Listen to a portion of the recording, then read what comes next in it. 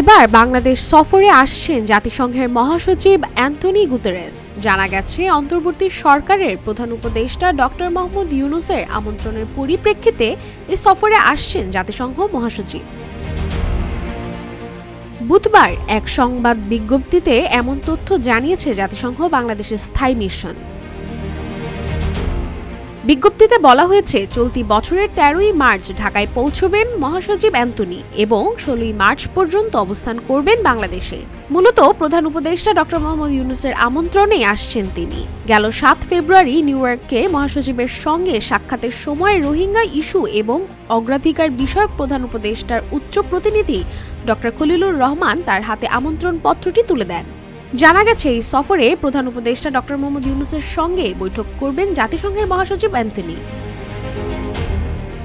এর আগে জাতিসংঘের মিয়ানমার বিষয়ে বিশেষ দূত জুলি বিশপ বলেছিলেন, জাতিসংঘের মহাসচিব অ্যান্টনি মার্চের মাঝামাঝি সময় বাংলাদেশ সফর করবেন এবং কক্সবাজারের শিবিরে থাকা রোহিঙ্গাদের সঙ্গে দেখা করবেন।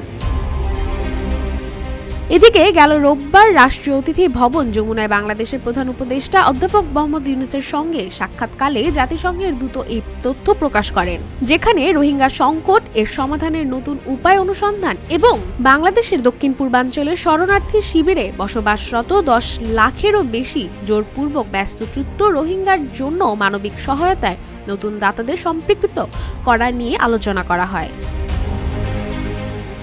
রাশিকা হোসেন, রূপালী বাংলাদেশ।